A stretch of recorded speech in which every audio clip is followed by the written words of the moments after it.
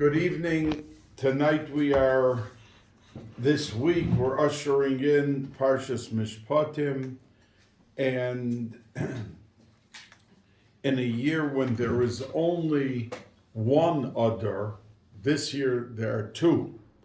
But if it was only one Adar, Mishpatim would be the final week of Shovavim. There are people who fast, men who fast the 6 weeks from Shemos, Va'era, Bo, Beshalach, Yisrael, and Mishpatim on Monday and Thursday. For those 6 weeks they fast, they lay in Vayachal, and this week, this Thursday would have been the final fast day. And if you go into the Shomer Shabbos, you find 100 men at different minyanim who have fasting, and they lane, and in a year that there's two Adors like this year, so it goes Shovavim Tat, it goes for 2 more weeks for Tetzaveh, Truma and Tetzaveh, that's the Tat.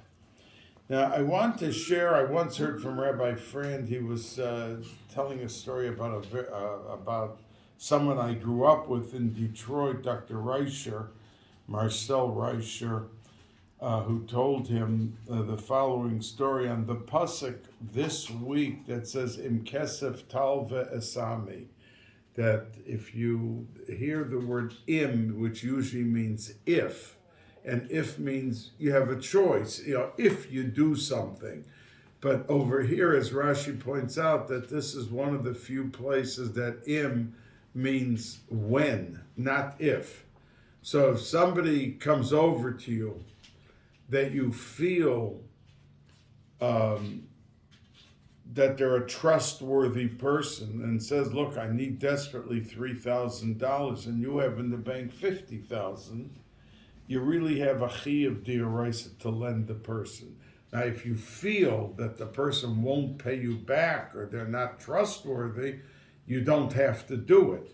But you should know, and it's very hard for some people, their whole security is their money, I don't have an income, or I'm alone, or I'm this, or I'm that, so they're afraid, there's a fear. But there is a chiyuv, and sometimes it makes a very big difference in one's life, the money that he needs to borrow. And he told the following story. And it's a true story, and the two people live in Far Rockaway. And he said that one friend, very good friends, like brothers, one friend came to the other friend and said, I must take a loan, I must borrow from you $250,000. So, and he wasn't a rich person, so he said, well, I'd love to let you, if you ask me for $5,000 or $2,000 is one thing, but 250, he said, if I don't get the 250, my business is going under, and I'm not going to be able to recoup. I must have the loan. So he said, I don't know where I would get it from. So the man who was asking for the loan said to him, good evening, that you told me last week that you just got done paying off the mortgage on your house. He said, yeah, after 18 years of making monthly payments, I paid it off. So he said, well, if you have no mortgage, you could borrow $250,000 on your house. So he said, after struggling every month to make a payment, and I finally paid it off, you want me to go back to Bereshis Bari? He said, of course, I will make the payment for you as part of the repayment until I get the money to give you back the whole thing. So he said, let me speak with my wife. And, they were very good friends, but still you could understand, if somebody has 20 million and they need 250, it's not the, but over here it was really a problem. So he asked his wife, And his wife said, why don't you go ask your Rov how far the chiyuv and how much the obligation is from our parsha, im kesef talva esami, to lend him the money. So he went to the Rav, and the Rav said, he may be your best friend, but deep down, do you feel you're going to get the money back? Yeah, at some point I'll get it back, but it's just the trauma of going through mortgaging it. I want to know if I'm obligated. He said, if you can do it, and you feel you're not going to lose the money, do it. So he went to the bank, and the manager said, well, you just paid off the mortgage. You're coming back a month later for another mortgage? He said, yeah, a good friend needs the money. Told him the truth. And I feel it will be repaid, and I want to take the mortgage. So they did the paperwork, and a few days later, the bank called him and said, okay, everything's in order if you want to go ahead. But one thing I must tell you, that since there have been so many floods from this, Sandy, the storm, and down in Louisiana. What? Sandy. Yeah. That we now require on any mortgage that you have top total flood insurance. So he said, okay, if I have to take out the flood insurance, I will. And he took it out, and he got the check for the $250,000, and he brought it to his friend.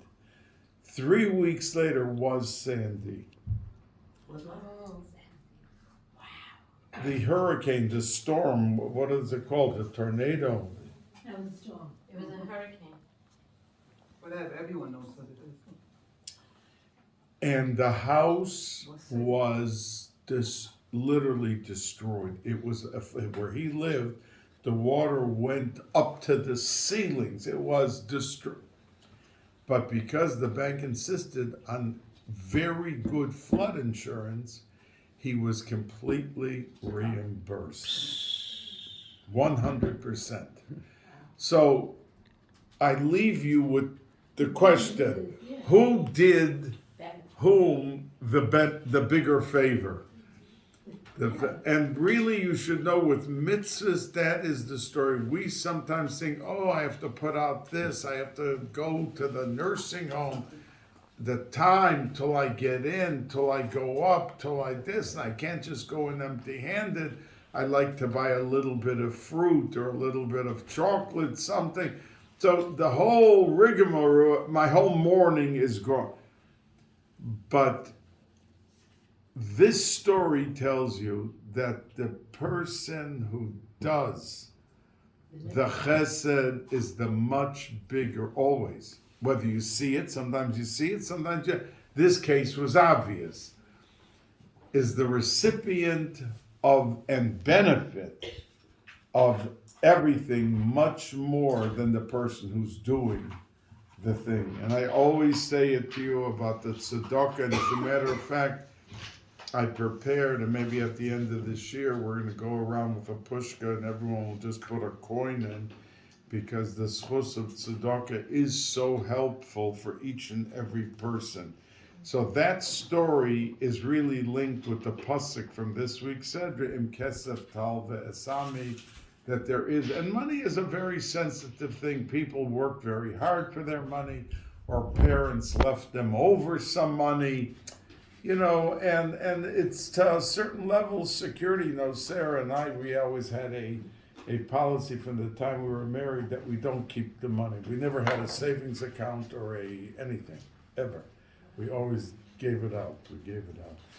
But, and it's an approach, but not everyone's comfortable with that approach. If they don't have something to fall back on, they feel insecure. And I feel it's the biggest security. Anyway, the Chafetz Chaim said on the pasuk we have in this week's Sedra, pasuk, Kol Yosom v'almana lo se'anun, that a Yosom and an almana, you're not allowed to afflict them. That means there's 15 times in the Torah that it says about a Yosem and an Almana. 15 times. And I once mentioned, I think it was in the Pirkei Avos shir many months ago, that around the corner there's a shul Tartakov. And one morning, weekday, a car pulled up when a certain person came walking out of the door, and the person in the car opened the window and pulled the gun out and shot 4 times the person who was coming out of shul. And I don't know if he was a good or bad because it wasn't so far away. He did not kill the man, but not only he did not kill the man, except for the fact that one bullet grazed and there was a little blood on each side of him. And his shoulder and his arm, 4 bullets. But he walked away. Now, it was really a miracle because short distance, 4 shots, and it even hit on each side of his face. So an extra inch in would have, now that the man would have been killed. So when I heard this story, I said that, I don't want to say the name, that the man who was shot definitely was giving, he was a rich man, giving tzedakah to almanas or to yisomim or both. Because such a miracle, and What did he do that he was being shot at? I'm sorry? But what did he do that he was being shot at? Well, there was a family story, and he held that his wife was the sister of this man who was shot. And the wife demanded a divorce, and she thought that the brother, this man who was shot, was causing the whole divorce. So he was angry, you know, I mean, he was angry. So, Oh, it's a family. I'm not giving any justification to what happened there. You know, it makes no difference. Anyway, he drove by and he really wanted to kill him. So, Wow. when I made that statement, the person answered me and said, "Oh, you don't know that there's 50 almanas every week that this man sends full grocery, fruit, fish orders. I don't know if it costs him 1,000 a week or 2,000 or 3,000, but he gives and really helps out because the admonition and the discussion around almanas and yisomim is so vast and underscored that it's unbelievable. As a matter of fact, there is a debate in the Gemara if there is such a thing as mazel by Jews. One holds yesh mazel, one man d'Omer holds ein mazel. I think yes. There is no. And so the Gemara says that it's not a question if there's mazel. Of course there's such a thing as mazel. We come into a wedding, we say mazel tov. We wish there's an Indian of having mazel. But what is the difference of opinion in the Gemara? The difference of opinion is whether or not if someone has mazel, can you change it? So one man d'Omer holds, yes, if you daven a lot and you do good things, you can change your mazel. Like Avram Avinu's mazel was changed. When Hashem said you're going to have children, so Avram Avinu said, it's impossible. I was born under this and this mazel. I can't have children. So HaKadosh Baruch Hu on the pasuk, Vayotze osa hachutza, took him out. So the Medrash says he took him out, not outside just to show him the stars, but he took him out of the mazel that he was born under and put under a different constellation, and then he could have the children. So the Gemara says, but the man d'Omer that holds you cannot change your mazel, he agrees in one instance that you could change your mazel. Normally you can't, but even he agrees. One case in the Gemara and Moed Katan says if he does a schus godol, a tremendous schus. It doesn't say what schus, but the Meforshim come and say, what is Tosfos referring to when it says a schus godol? So they say that it means if he's giving tzedakah to almanos or to yisoimim, that could pull. Even the Man Yemer holds it's impossible to change your mazel. But that Man Yemer agrees if there's the schus of almanos and yisoimim, then you can change your mazel. In other words, it shows you how great and the dynamics of giving tzedakah to almanos and to yisoimim. So, and I would recommend to everyone sitting here that find some almana that you can give her $50 every week, or you can buy her a basket of fruit that she should have l'kavod Shabbos and the whole week, what to enjoy and to do something like that. Just a recommendation. But the pasuk continues, says the Chafetz Chaim, that first it says, Lo sa'anun, you should not afflict them. That means be negative or anything. And the pasuk continues, Im ane sa'ane oso, because if you do afflict the almana or the yasom, ki im tsa'ok yitzak elai, because if they cry to me, shamoa eshma tzakaso. So the Chafetz Chaim asks, why 3 times in this pasuk are words repeated a second time? In the beginning we said, in ane se'ane, if you surely afflict them. That's a double expression. And then it says, tza'ok yitzak, if they cry up to me. It's also, tza'ok means to cry in yitzak. And then shamoa eshma, I will listen and hear their cries.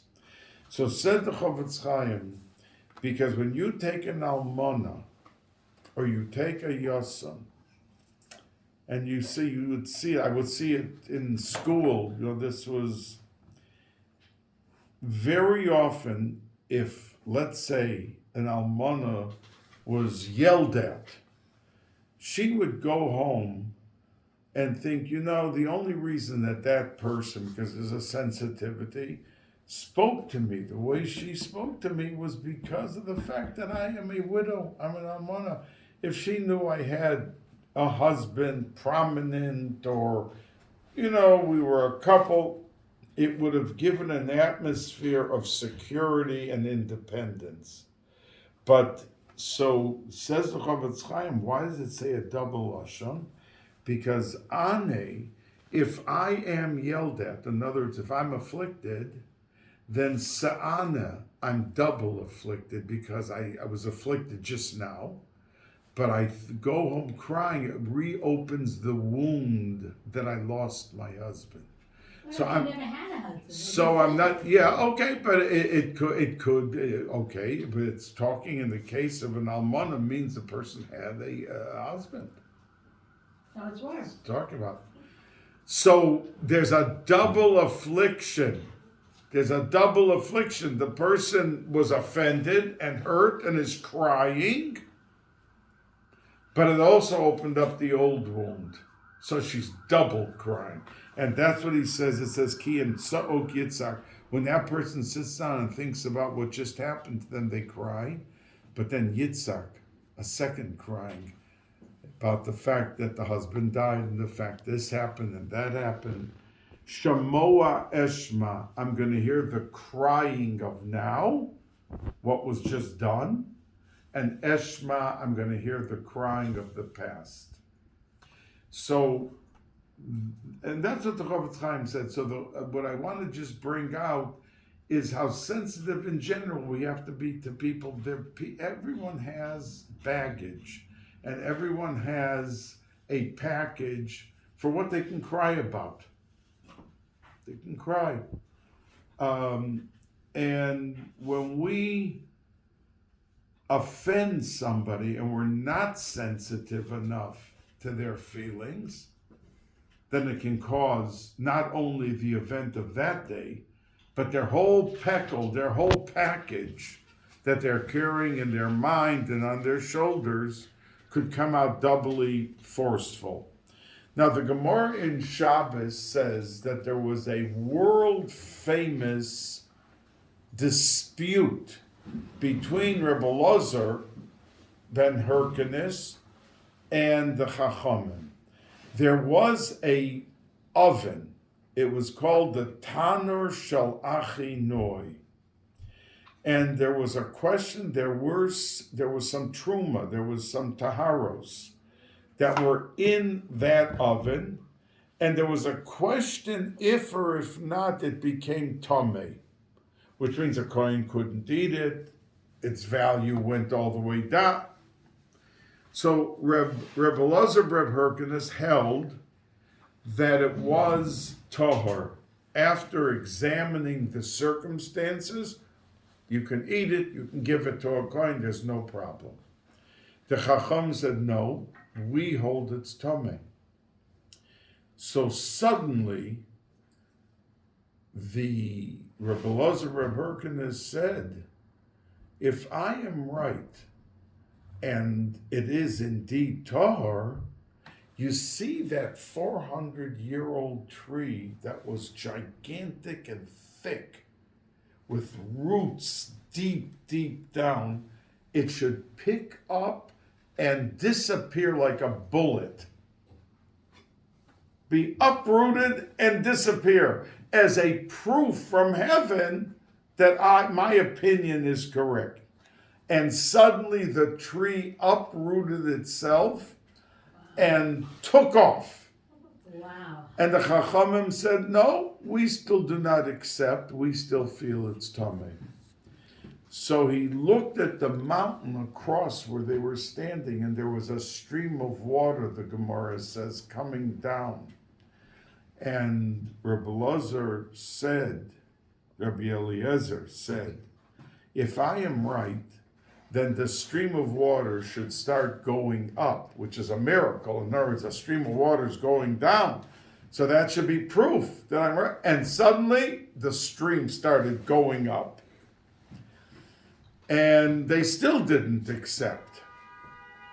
So Rabbi Elazar said, if I am right, let a bas kol from Shamayim, a heavenly voice, come out and proclaim, I'm right. And suddenly, like thunder and lightning, there was a bas kol that came out from Shamayim and called out, the halacha is like Rabbi Eliezer, and why are you arguing with him? He is the preeminent scholar amongst you, and the halacha is like him always. So the Chacham answered and said, Torah lo b'shamayim hi. We don't paskin from heaven. And they didn't accept this heavenly voice that came out.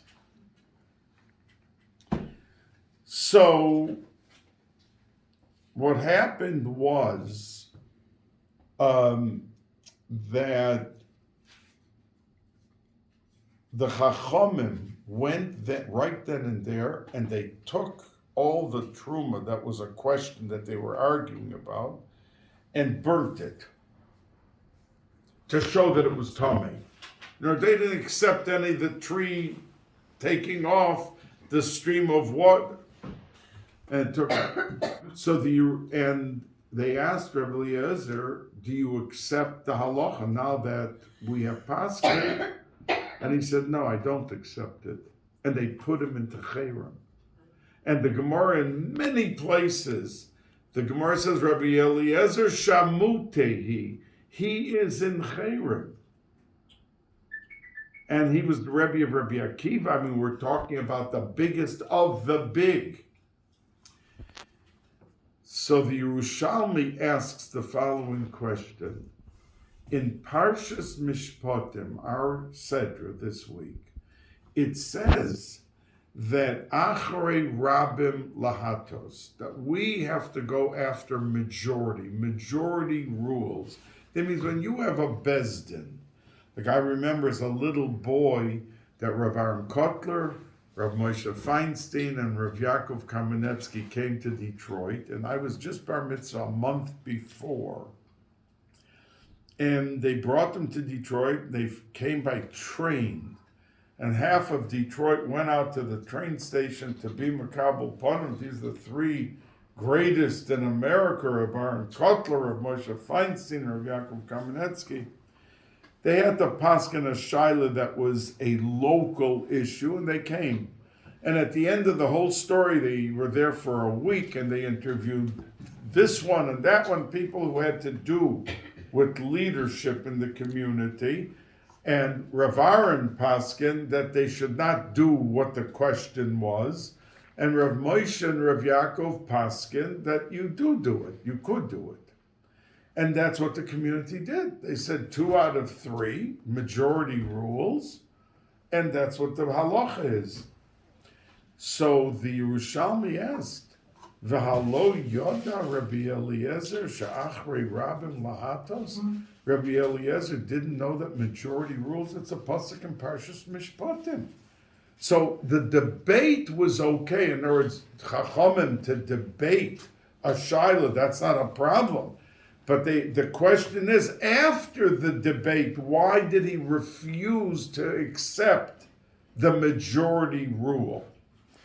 And the Korban Eda at the bottom says the reason that Rabbi Eliezer did not accept the majority rule is because the pasuk in Parshas Mishpatim is talking about dayanim, talking about judgment, that when you have a court, it's the majority rule. But it's by dayanim, and by dayanim, by judges, there's a halacha. You have to be very careful how you treat both litigants. You can't show favoritism.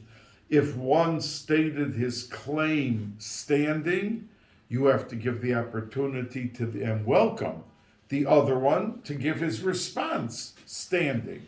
If you let one speak for 20 minutes, then you can't shut the other one up after 5 minutes and say, okay, we heard what you said. You have to give him the same duration. Maybe he wants to explain. Maybe he wants to bring some proof to his response. You have to give them equal treatment. And also you have to treat them very courteously. So Rabbi Eliezer said that if you wanted to treat me courteously and you still held that it was tamei and you were going to burn it, you could have waited 5 more minutes for me to leave the Beis Medrash. Why, while I'm standing right in front of you and in front of the oven that you're asking the question about, did you burn it right in front of my face? And if you did such an ugly thing, then you do not have the halacha of dayanim, and I don't have to accept the psak.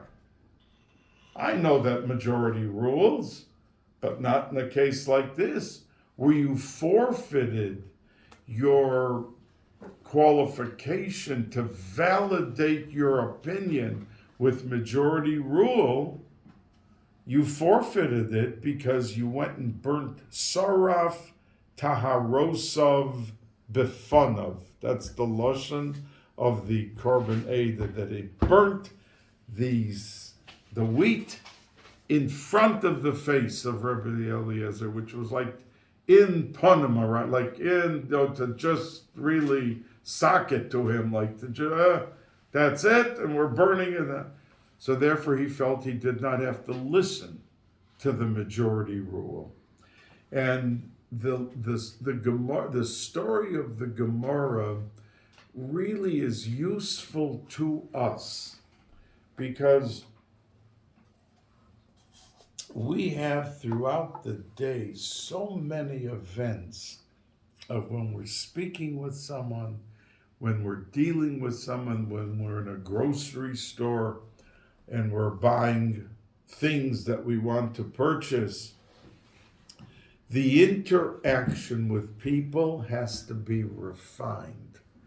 That means we can't just accept, well, I'm putting in a $300 order. I mean, as if they should drop in front of him because he's putting a humility, edelkeit, and the expression to be received with the feeling of equality. And as a matter of fact, speaking of equality, our Parsha opens about the story of a person if he's an Eved. That means if somebody stole money or took money or borrowed money and he couldn't pay it back, he was sold as a slave. Now, if it was a Jew, he served for 6 years, and then in the 7th year he went out. And if he said, no, I like the surroundings, you gave me a shifra kananis, which the Adon, the master of the household, was allowed to do, to give him a person to marry and have children, and all of this is underscored by what the Yerushalmi says on the pasuk Kitov Lo Imach, which our Sedra says, that it has to have respect. And the Yerushalmi lists things that if, let's say, there's a bottle of wine, and this is an example that the Yerushalmi says, and it's excellent wine. And the guy's thinking, I'm going to take such a good wine and give it to my butler. To the slave. So the Yerushalmi says, yes, you must.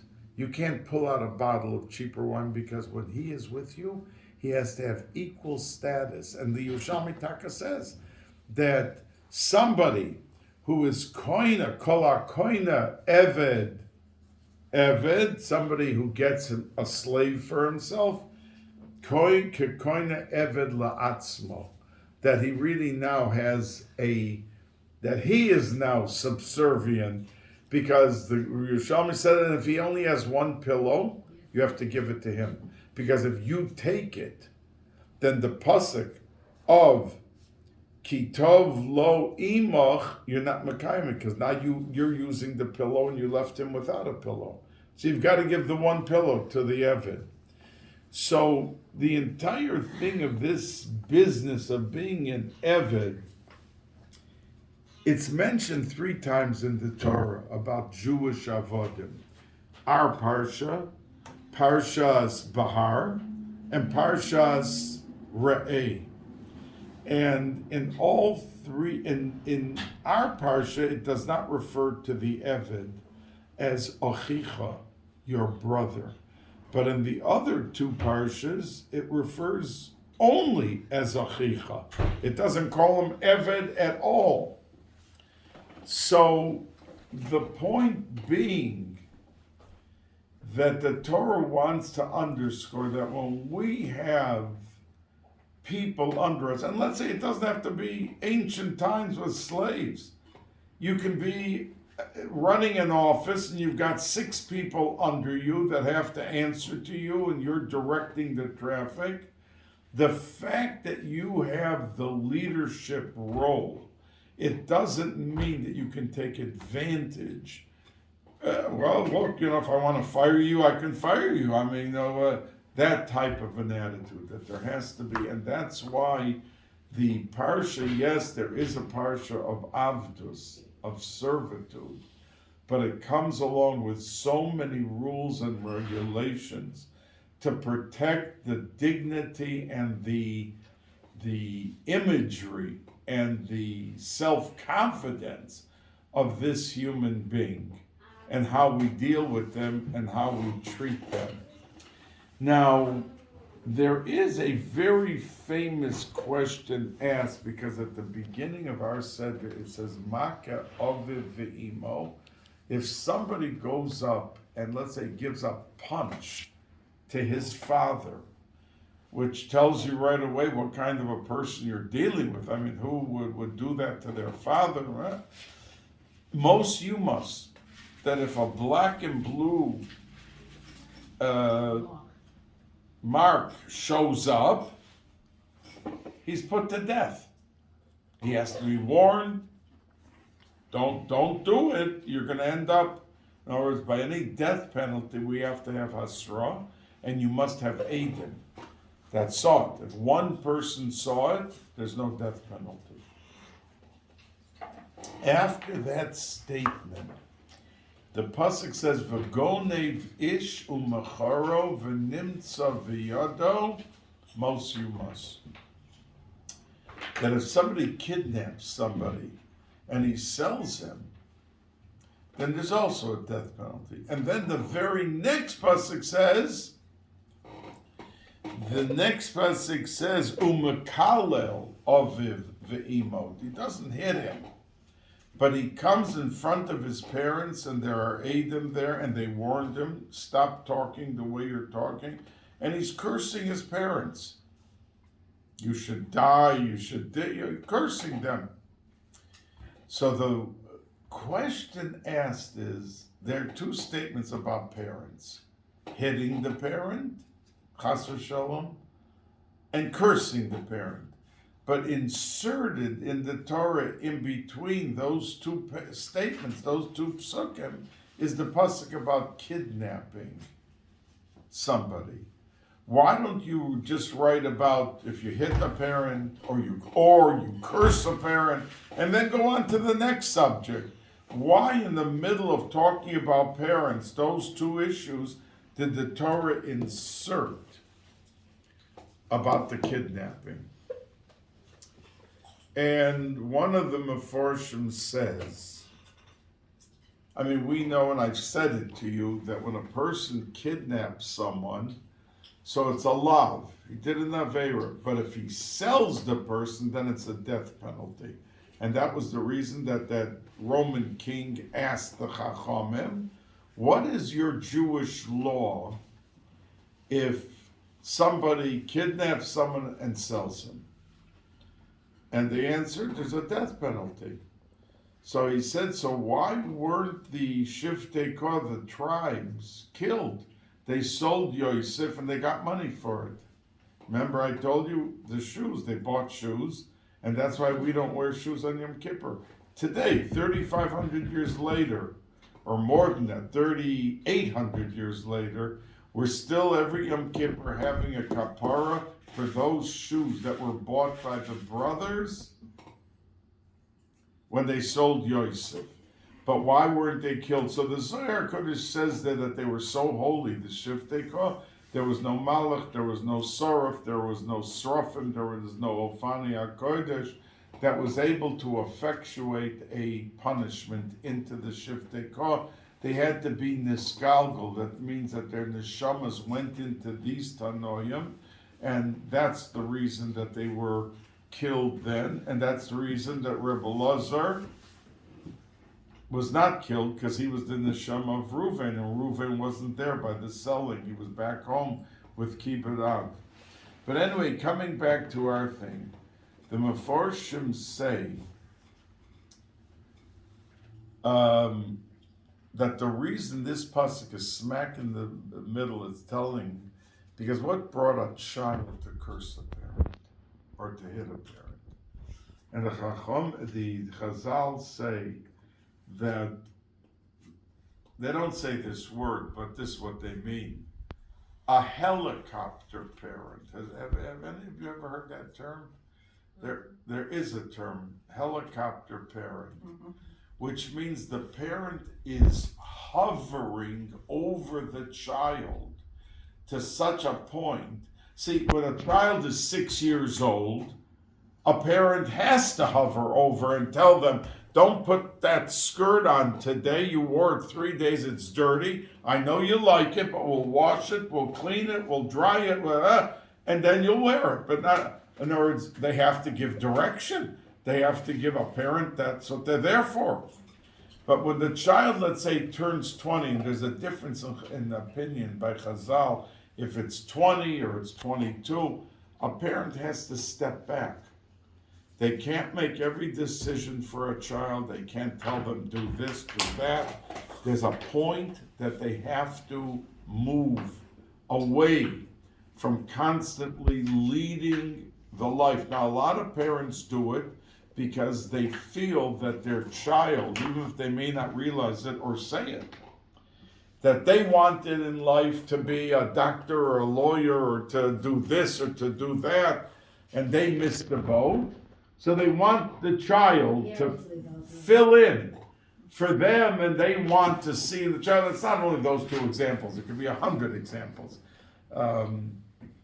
And sometimes the child naturally snaps because they can't take the level of the hovering, the control, the insistence. On one hand, they love the parent, but on the other hand, they feel they can't survive the day because there's constant, non-stop, do this, do that, don't do this, do that, and the child is 30, is 40, and the parent is still doing it.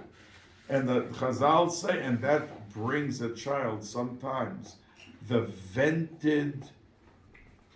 anger that builds up slowly comes out that a child who loves the parent could actually do something as crazy or as wild or as offensive as hitting the parent, chas v'shalom, or cursing the parent. And that's the reason that the pasuk was put in between hitting and cursing, to tell us that a parent has to, because they're in a way, the pasuk is talking about kidnapping. So these Mefarshim say that indeed that's what the parent is doing.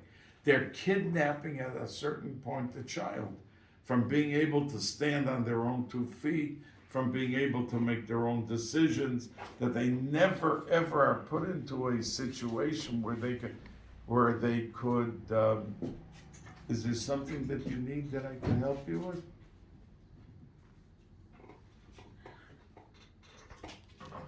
What? Can you repeat the question, please? What if you come from an abusive home and nobody knows that you're being abused? They don't know that. And just 5 minutes before 4 people walk in, and the person snaps because he was abused by, he was a drunk, he's this, he's that. Listen, people are not Nevi'im, they're not prophets, they don't have Ruach HaKodesh. We live by normal standards and normal guidelines of what's proper and not proper. Whether the child's abused or not, when he encounters other people, he has to behave normally. And if he can't do it, he shouldn't be encountering. Or he's going to alienate whoever he deals with. Because whether they know or they don't know, no one's going to put up with abusive behavior by somebody else to just socialize. Those 4 people that you're mentioning who came over for a Malava Malka, came over for tea, came over for lunch, the moment there's abuse and discomfort, one person will just stand up and take their coat and leave. Another person feels they don't want to be discourteous, they'll put up with the abuse a little bit, and then they just won't come back. They're not going to sit there and be abused. So, the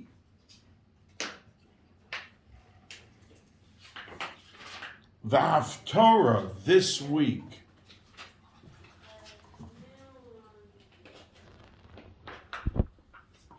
talks about when I took out Yidden from Mitzrayim, from your slavery. And the Mefarshim are quick to point out that in Parshas Va'era, it says, Vayitzavim es b'nei Yisrael, lahotzi es b'nei Yisrael me'eretz Mitzrayim. It says, Vayitzavim, Moshe Rabbeinu was commanded, but it doesn't say what he was commanded. It doesn't say one word. Just, he was commanded. What? And the answer, Rashi says, on Shichrur Avodim, that you have to let your slaves go free at a certain point and say, well, I have all this free labor and I have all of this benefit of a butler, a valet, a cook, a maid. I have all this free labor and I'm going to let everyone go. So don't be hesitant, be happy to let them go. They've served their time and move on at this point. So Rashi, the Haftorah alludes to that, about letting the slaves go. And all the Mefarshim say, like they say on Vayitzaveh, that it's the worst time. How, when they were in Mitzrayim being beaten on, is that the time to talk about their freeing their slaves, and they'll be in Israel in 50 years, and whenever it is that they have the mitzvah to free the slaves, they're in the middle of being enslaved and beaten on. So is this the proper time? So the Mefarshim say specifically, because when a person is sitting on a hammock drinking lemonade and they're listening to a shir or listening to some kosher music or whatever they're listening to, when there is an atmosphere and an attitude of freedom and comfort, it's hard to talk about somebody else's pain. And you should let them out because they've been enslaved and they've suffered pain by being a slave. Even if they treat them beautifully, as the Yerushalmi says, you weren't allowed to beat a slave, you weren't allowed to abuse them or in any way. But when a person is the slave and feels the pain, that specifically is the time to let them know about letting these slaves go free, when you will be free and you'll be affluent and you'll be comfortable, because there's no better time when you are in a position of unbelievable pain to talk about someone else's pain. Then you can appreciate and you can have that feeling of what the other person is going through. And that's why the Haftorah that we have points this out, that they came out of Mitzrayim, they just got the Torah, and they were going to go for the 40 years in the Midbar, and then they were going to go into Eretz Yisrael, that they were now approaching, but they were still in a frame of mind of wilderness and Midbar and all of that. So that was said, but in Va'era, it was even stronger.